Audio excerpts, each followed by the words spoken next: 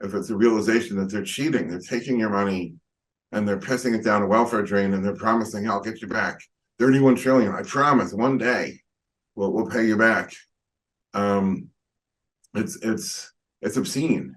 What is good, Stackers University? Today we get to do something very different. I had the incredible privilege of interviewing Dr. Keith Weiner, CEO of Monetary Metals. If you haven't heard him speak before, you are in for a treat, as he is truly one of the great minds, I think in general, but especially as it comes to economics and monetary metals. Dr. Keith was kind enough to share an hour of his time, and this video is a collection of the highlights from our conversation. So sit back, enjoy the interview, and don't forget to give this video and Dr. Weiner a thumbs up so that I can keep bringing you videos like this.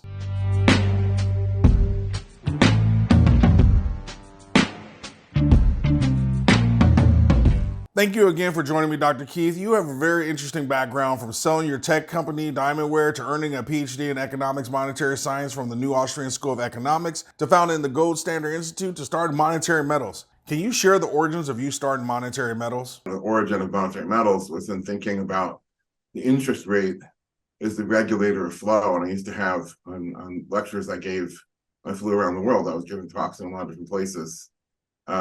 And I had a picture of like a little bit of a plumbing system where you have the pipe and there's this check valve. And when it's parallel, then the water flows. And when the valve is turned 90 degrees, the water won't flow. And I said, that's the interest rate. When the interest rate's zero, you don't get any flow. If you want flow, you have to turn the interest rate up, which was an economic idea. Okay, that's interesting. Then that turns into a business design or business proposition, which is, okay, if we pay interest, we offer people interest on gold, then gold will begin flowing in the market. You'll begin to restart circulation. If you think about the problem, we have all the gold they had at the time that the government killed the gold standard in 1933. That was Roosevelt. All the gold is still there. In fact, we've accumulated a heck of a lot more gold since then, and yet it doesn't circulate. So it's kind of like, you have a living, human being, and then something stops the heart. Well, all the atoms of carbon and oxygen and hydrogen and so on are still there, more or less arranged in the same basic configuration, but it's not moving anymore. There's no motion anymore. How do you restart motion? Well, obviously, in the case of a human being, there isn't any answer to that. But in the case of a gold standard, restart paying interest in gold. So that was the concept for monetary metals. And the why is I think more important. It's to get the world back to to take the world forward to a monetary system that works because it's honest. It's not that the quantity of gold is limited, although of course it is. And it's not that the quantity of dollars is unlimited, although of course it is. But there's an honesty, right? Because in gold, you have the right to withdraw your gold and take your gold coins home if you don't like the way the bank is conducting itself. If you think they're cheating, if you think that their bookkeeping practices are, not painting an accurate picture, or you think they're playing some sort of games, they're using depositor funds as a slush fund, maybe for political activism or something like that, then you can withdraw your gold coins. But the brilliance, I have to say evil in front of whenever I say genius for Roosevelt or Keynes. But you have, in a certain sense, you have to acknowledge it was smart. It wasn't dumb. It was evil, smart. But the brilliance of it was, after 1933, the most conservative savers had to buy government bonds, and everybody was disenfranchised. Right? There's no longer a way to, you can take paper dollar bills out of the bank, but you're still a creditor to the Fed. Paper dollar bill is a Fed credit note that's funding the Fed, and the Fed, of course, is funding the banks and the government. There's no way to opt out. We're disenfranchised. Whereas in gold, when you take the gold coin out, that's not the credit of the Fed or anybody else. That's a piece of gold. And that's what keeps the whole thing honest. So that's my origin story, I guess. And so I founded a nonprofit 501c3 called the Gold Standard Institute, and a for-profit Monetary Metals that both had the same end, which is, how do we help the world rediscover the virtues of honest money, but from opposite ends. One is about education and outreach, which is far too slow and expensive for a for-profit company, which has to find revenues. And then the other is to make it profitable to invest in going forward to the gold standard. And ultimately, I think that's the one, that's where I spend, 99% of my effort nowadays, because that's the one I think that's going to ultimately be the winner. Dr. Keith, you kind of coined this phrase useless ingredients to help explain how inflation is not always a monetary phenomenon. Can you talk about this more and how inflation and how this is ultimately counterfeiting of money? Yeah, I mean, everybody tends to think of inflation, most lay people think of inflation as rising consumer prices.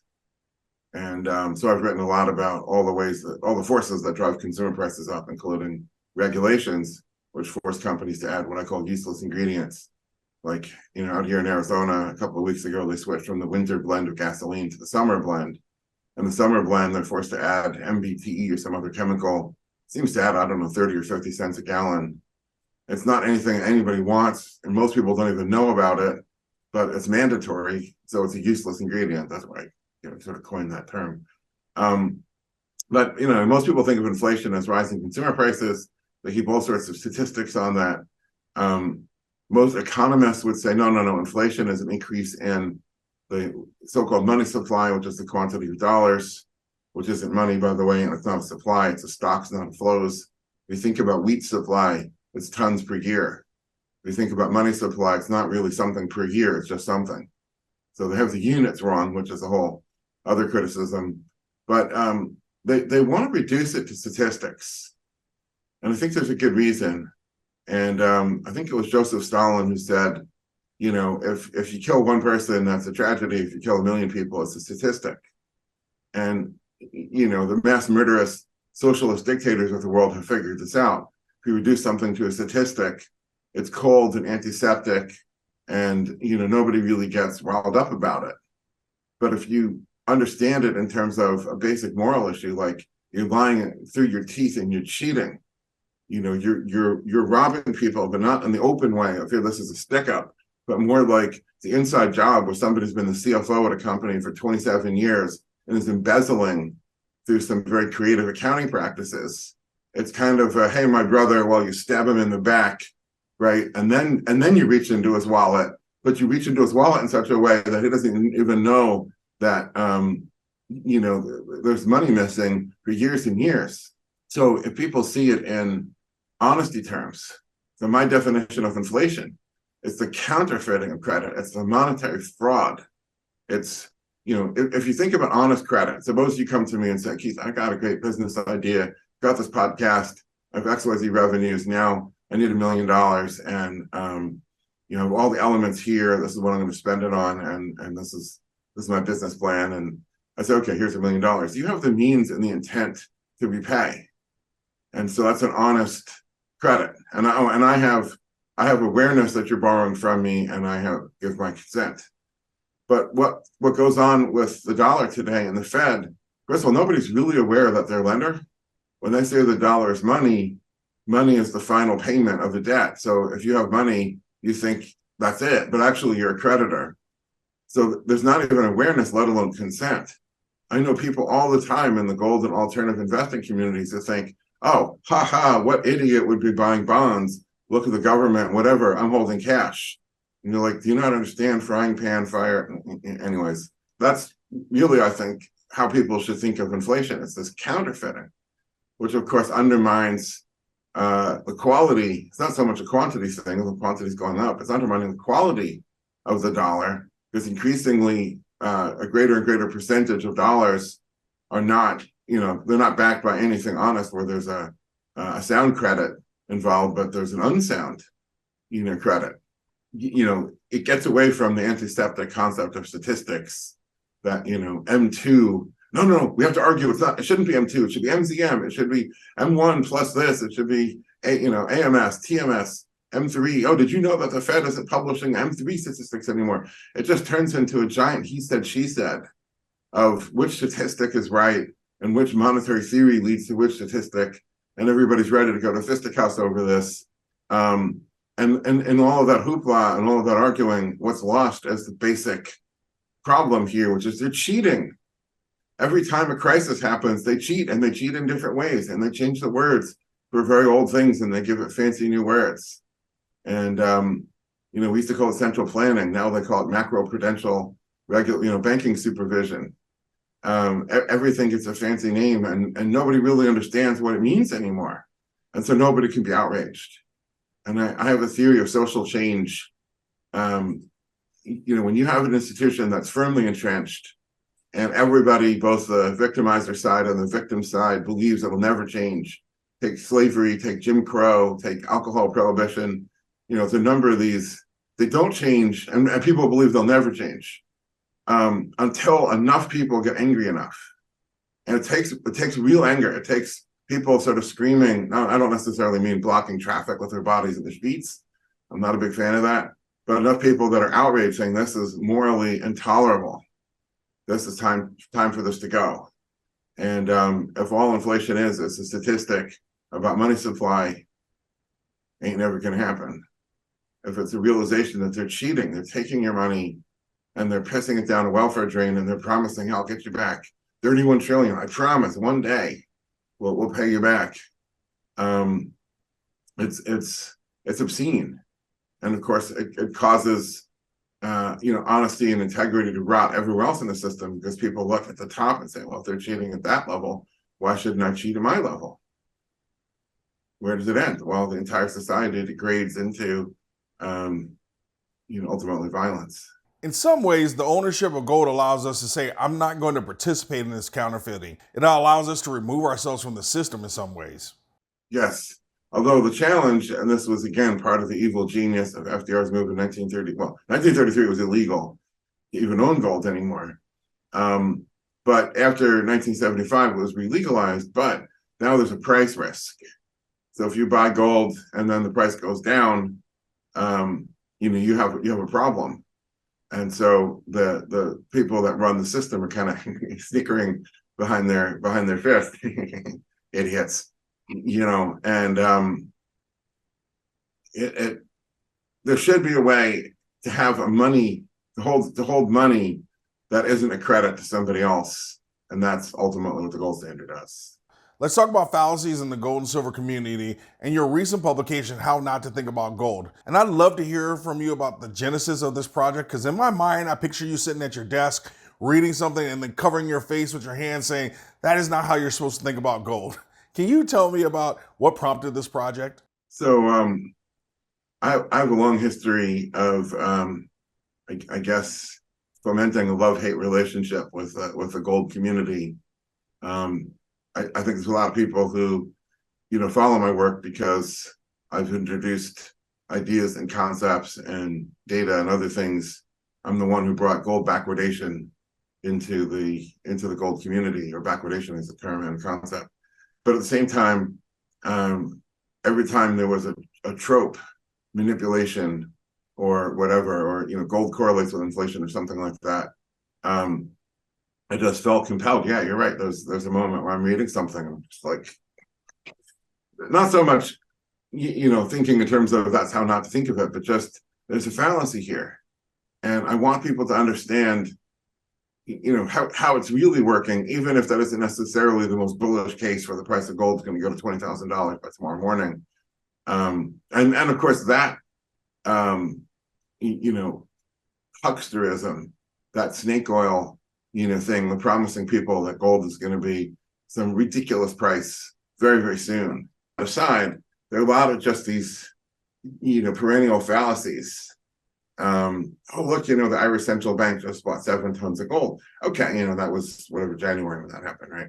Okay, that's a true fact, but what is the implication of that? So, I coined the term the famous buyer fallacy. So the Irish Central Bank, everybody can point to that.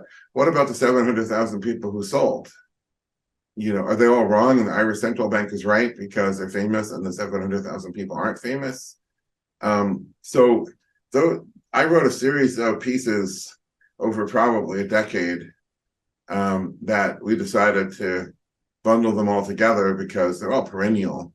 And if they're buried in some supply and demand report I wrote in 2012 or 2013 or something, they're not being read, and our audience has grown, exponentially since then. So why not put out this report, bring them all together, add some new stuff, freshen it up a little bit, And so that was the origin of how not to think about gold. And it's timeless stuff. And you see these fallacies coming up again and again and again. You mentioned 8 fallacies or wrong ways people think about gold, which I will provide a link to that in the description. But can you talk about the dollar collapse, especially in light of all this discussion about the BRICS nations, de-dollarization, and central bank gold buying? So, people have been talking about the world repudiating the dollar going back to at least the crisis in the late 1960s. It seems to come up every once in a while. Some geopolitical event happens, everyone's going to throw the dollar away. And there's a lot of different ways of looking at that. Number one, I keep pointing out that all the other currencies are dollar derivatives.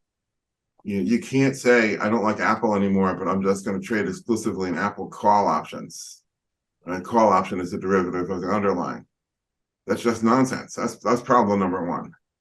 Problem number two is that what holds the value of a currency up, including the dollar, including the euro, including everything else, are the struggles of the debtors. Every restaurant you go to, every farm that you would see, every factory, with very few exceptions, they're loaded up to the gills with debt, and more debt. And there's a thing if you're in debt, which is you have to service the debt, or else what? Or else the creditors come and they take away your asset because it's collateral and force you into bankruptcy, and they take it. So every debtor, every producer who's in debt, which is virtually every producer, has to work harder and harder, push themselves more and more to produce more and more, and dump it on the bid price. That is to push down the price of whatever it is they sell, to desperately raise the cash to to service the debts. And it's not like the dollar is some mirage bubble that's just waiting for one pin, and this moment we have this one magic phrase, we're going to teach everybody this is unsound, and everyone's going to say, wow, like the Matrix evaporating, and everyone suddenly comes to their senses. That's not it. All the debtors don't have a choice, and that's true globally as well. The dollar is on both sides of every major balance sheet in the world. It's a universal currency to the point where you could basically say the world is a dollar system, and the other paper currencies are little better than like a West Virginia company coal mining town scrip, and saying, yeah, this scrip is going to replace the dollar. No, it's not even remotely close to possible, not least of which because the leading countries right now who are allegedly candidates to replace the dollar have capital controls, which would be the first prerequisite you'd have to get rid of. They don't have any kind of transparency. I mean, people love to pick on the dollar and the US government because there's so much data that's available. It's so scrutinized. China, GDP is centrally dictated, right? The Chinese Communist, the Congress or whatever they call it, tells each of the districts what their GDP growth is going to be. And each district tells each city what their GDP growth is going to be. And everybody goal seeks, like with a function in Excel, to figure out what numbers they have to report to make that true. Is it really true? I don't think even the party things are very murky in totalitarian regimes. There's so many different factions that are deliberately kept in the dark by the higher ups so that they can all be fighting each other and not united against taking the leader down. That's how power is maintained in these systems. I don't think even the apparatchiks really understand what the truth is, let alone anyone else. And then to say that people are going to want to become creditors to Xi or Lula or Modi or Putin, there's no way. Not to mention, these currencies don't have the capacity to handle the flows. The treasury bond market, if you need to come in and out in the tens of billions of dollars of size, you don't even move the market a blip. These other currencies, you'd be pushing it all over the place. So, on and on and on with reasons, but at the end of the day, the system is cemented in, it is what it is. There's a very powerful network effect, and there is no other paper currency that comes remotely close to being able to replace the dollar. There is one thing that could replace it, but I always joke and say, ain't nobody want that. It's a shiny yellow metal with a 4-letter word. Gold. But nobody wants that, and I mean that.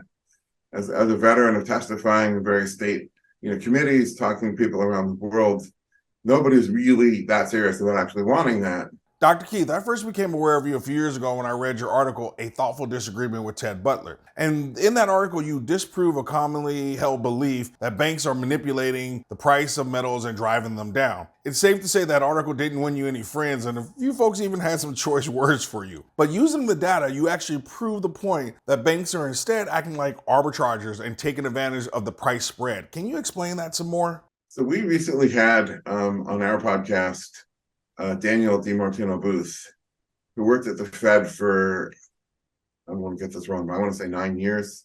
She wrote a book called Fed Up, which I think has become a bestseller. She's a very smart person. And we talked about a lot of different things on the podcast, but then the topic of gold came up at the end. And she said something that I've believed for a long time, but only as an outsider. They don't think about gold. And so this topic came up with Danielle on our podcast. And she said, never once did anybody higher up ever even ask for a report on gold. They were never asked to study it, never asked to think about it. There was no data that anybody cared to get. And she said that she talked to Joseph Wang, who wrote his book. I'm trying to remember the title of his book now. It was a really good book, by the way, and I recommend it. He breaks down the mechanics of the Fed's machinery, and he worked on, I believe, the open market desk in New York. And at a mechanical level, he just lays it bare. And the same thing, she said she spoke to him, never once did anybody there even ask about gold. So that was my first argument, is they don't care. So with Ted Butler, I said, okay, look, you have two theories.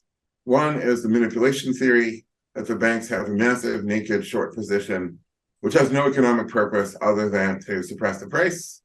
And the other is an arbitrage theory, where I contend the banks, which by the way can borrow as much as they want at something like SOFR, LIBOR, they have various different windows they can borrow at. Those interest rates are of course published, everybody can get that. The banks are borrowing at those rates, buying gold, and at the same time, simultaneously, it's an arbitrage, selling gold in the futures market at a higher price. Because the futures market normally is a contango, which means the price of, let's say, a June, well, June would be a bad example now because we're nearing, first notice day in 3 weeks. But let's say August gold, would be above the price of spot. Noticeably enough that if you're a bank and you're doing this trade in large size, you're making a spread. You're borrowing the dollars, you're buying the gold, you're selling the gold forward, you're completely hedged. You don't care about price. You pocketed a spread, and if you can do that times enough money, you make some money. And so, okay, you have two different competing theories. What does science do? What do scientists do when two theories compete? They try to find a corner case where the two theories predict opposite behaviors. Okay, we have two theories here about how the gold futures market works and how the banks work. We have the arbitrage theory. You have the manipulation theory. They predict opposite outcomes when futures go to expiry. So I don't want to give away the punchline. I want people to read the article because we published unprecedented. I don't think anybody else has the data that we have. So we, at our own expense, this isn't cheap, subscribe to a real-time, tick history database that has every futures contract and spot going back to 1996 with sub-millisecond resolution on every bid and offer. It's terabytes of data. And so we had to build the code, build the sift through databases that big. You don't just stick that in SQL. And then all the code to analyze this. And we were able to show a graph overlaying every futures contract going back to 1996 up through 2017 at the time of the article, and overlaying every contract as it headed into expiry, how it behaved after presenting why this theory predicts that's going to behave one way, the other theory predicts that's going to explain the other way. Now let's look at the data. And so you're right, there were people that dropped the F-bomb on my name. On GATA, I became a one-word name. There was a headline, "What Weiner doesn't want to know about the gold market," or something like that. It's like, okay, well, that's cool. I've graduated now. I'm such a celebrity. I can go by one name. You're right. I certainly didn't make any friends with that, but I did not get any substantive dispute either. Nobody said you're wrong because this logic. they said beep, beep, beep, and beep. You know, what I said stands. They'll make an argument and say, well, hey, look, the JP Morgan trader just got convicted. Was that earlier this year, late last year, right? What did he get convicted of? Spoofing and front running. And so there's a Motte-Bailey where, okay, there's no question that he did those things. I think there's some debate whether those things should even be illegal in the first place, but whatever, that's the law. He shouldn't have done that. He's going to go to jail for it, I believe. I haven't followed the story that closely, but that's not what the allegation is. The allegation is that the price of gold would be tens of thousands of dollars higher than it currently is. And it would have been so decades ago. And so they're keeping the price of gold down at least $10,000 or $20,000 for at least 20 or 30 years. And then, look, here's a guy who got caught with his hand in the cookie jar stealing a few crumbs. Okay, but that doesn't convict Al Capone of murder. That's Al Capone's nephew stealing, cookies from a cookie jar. It's not the same thing. So you're right. It doesn't make any friends. But the point with all of this stuff is that the truth is its own defense, and the truth is its own. It's an end unto itself. The better you understand the truth, the better you are prepared to protect yourself from this crazy system. In the stacking community, we have this mantra, if you don't hold it, you don't own it. At the same time, one of the critiques of owning metals is that it doesn't generate income or a return. But Monetary Metals has fixed this problem with the lease and bond programs. Can you talk about that a little? So the thing that makes gold money, its moneyness, is that people, for thousands of years, right, this isn't new, have been willing to hold it, like the physical metal, and hoard it. And economists have really never really come to grips with hoarding as a legitimate economic idea. I think Mises kind of dismisses it. But there's something about it that people are happy to hold it with a non-diminishing marginal utility. In other words, you're happy to hold the n+1 unit and value it the same as the nth unit, which is not true for anything else. Everything else has a marginal utility that diminishes rapidly as the quantity increases, but not gold. And so, if you think of the concept of, let's say, you enter into a negotiation, the first thing you learn about negotiation is BATNA, best alternative to negotiated agreement.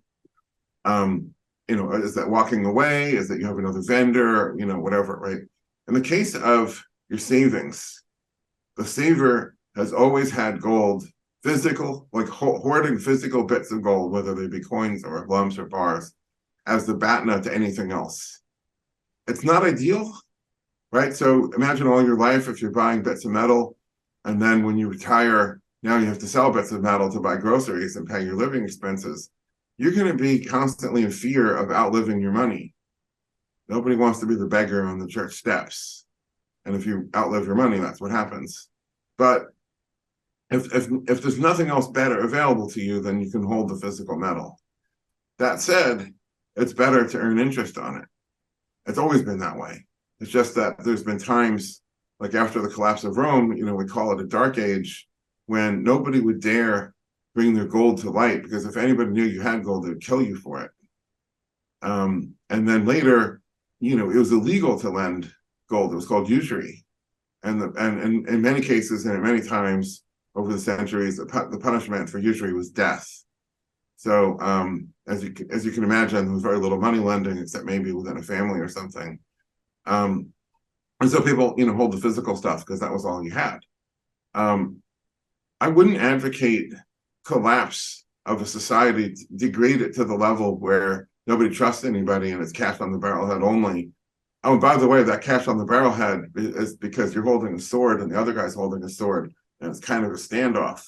Because if one party had, 3 friends that had swords and you didn't, even the cash on the barrelhead transaction could go bad. Kind of like drug deals today. Both sides have to show up with their respective soldiers, and there's shootings all the time, right? I mean, it's not really stable. So the idea that trust should degrade, everybody should own it and stack it, and that in that sense, you should think of it as if you have to stack the physical and trust nobody, that's because that's your best alternative to anything else, which is even worse, which is to hold dollars, which, as we said, are being counterfeited in ever greater quantity. But what made the world get out of the Dark Ages and out of the medieval period into the Renaissance was the return to being able to use gold to finance production and finance trade, and in so doing generate a return. Our proposition as a company, as Motte-Bailey Metals, isn't, hey, you should buy gold. If somebody hasn't by now decided to buy gold, I don't think there's any words that we possess. Not to mention, we can't even get our words in front of that person because they're not even reading any of this, probably. I don't think we can make them buy gold. But our proposition is, hey, if you already have gold, isn't it better to get paid interest on it than to pay for storage? And that comes back to, well, gold's going to be $20,000 any minute now. If you really believe that, and if the price of gold is going up, let's say 20% a year, as I think it was something like 20% a year between 2009 and 2011, who cares about storage fees, right? You're getting such big gains. But if the price of gold is going to be choppy and sideways, maybe it's a little bit up sometimes and not necessarily up other times, the storage fees get old. So we have two programs. We have a gold leasing program. This is for companies that need physical metal as either inventory or work in progress. And the lease is literally a rental of tangible property. It's not their asset. It's like if you lease a car from GM. That's not your asset. If you declare bankruptcy, or you lease a phone from AT&T, it's not your property. If you declare bankruptcy, they just simply take their car, their phone back. Not available to their creditors, but they need it to operate their business. Returns to our clients are in the vicinity of 2 to 3 or maybe 4% in some cases. We also have a gold lending program. When we do a gold loan, let's say to a gold mining company. So a loan is for companies that have not a gold inventory, but a gold income. Very different concept. One is a stock. So imagine if you're a jeweler, you always have 1,000 kilos of gold, sitting, or not 1,000, 1,000 ounces of gold. 1,000 kilos would be a lot. That'll be a ton. Refiners might have that much or more, but not a typical jeweler. But let's say you have 1,000 ounces of gold sitting there. That needs to be financed. A mine doesn't have inventory. As soon as it produces it, it sells it to pay its expenses, but it has a gold income. So we do a gold loan to the mining company. We parcel that out as a securities offering that we call a gold bond. Unfortunately, that's for accredited investors only. But what we're doing with both of these, and there will be other programs in the future, is we're creating, I call it the asset in between. So you think about in the dollar, there's a whole risk return spectrum, right? So you can have paper Federal Reserve notes, let's say in a vault, and some people do that, and let's call that no risk, at least in nominal terms, and no return. And there's infinite shades of risk return slices all the way out to, I suppose you could buy call options on a 3x leveraged ETF or something like that. At the money call options that expire tomorrow. And most likely you're going to lose your money, but you could create an intergenerational fortune if you get lucky and do it right. And at every grade in between. And in gold, all you have is the gold metal, which has no return and no risk in nominal terms in ounces. And then you have equities. You can buy mining shares. There's nothing in the middle. And so we created the lease, which is pretty close to this end in terms of risk also, but it does have a return. The bond is somewhere in the middle. It's debt. So the debt is a lower risk. It's more secure than the equity. And there'll be other assets. And as you think about a gold standard, of course, it's logical that you're going to have that same risk return spectrum in gold as you do today in the dollar. Excellent explanation. And if I remember correctly, some of your bonds return as much as 18%. The recent one that we just did, so it's a Norwegian public company called Kobo Minerals. The mine asset is in Ethiopia, and it's paying 19%. So you look at that and say, okay, well, look, it's sub-Saharan Africa. and the risks there are what they are. And so, the key is to understand them. The key is to disclose them. The key is to mitigate them as much as you can. I think we did a lot of good stuff in the structure and how we got the collateral and other things to mitigate the risk. But, at the end of the day, I mean, an African government could confiscate a mine entirely.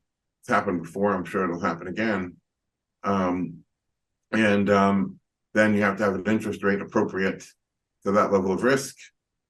We thought that 19% was appropriate. Our investors agreed. The deal was oversubscribed. So, you have something there that made sense. That's a deal like that wouldn't be for everybody, obviously. But, it's funny. And this is the beauty of the marketplace, is it takes all types. We have clients that are like, I don't even want to look at those bonds because the risk is too high. I just want the safety and confidence of leases. We have other people that are like, man, I don't even get out of bed for 4%. Show me anything with a double digit, return, or preferably a 2 handle on it. And that's what makes me excited. And it's like, okay, well, we have products for both crowds. And of course you don't pay the interest in dollars, correct? You pay it in gold. That brings us to the end of our time together, and I just want to thank you so very much for making the time to speak with me and share your knowledge with the Stackers University community, because they are all A+ students that always stack smarter and never stop learning. Thanks so much, and I think this is a great conversation.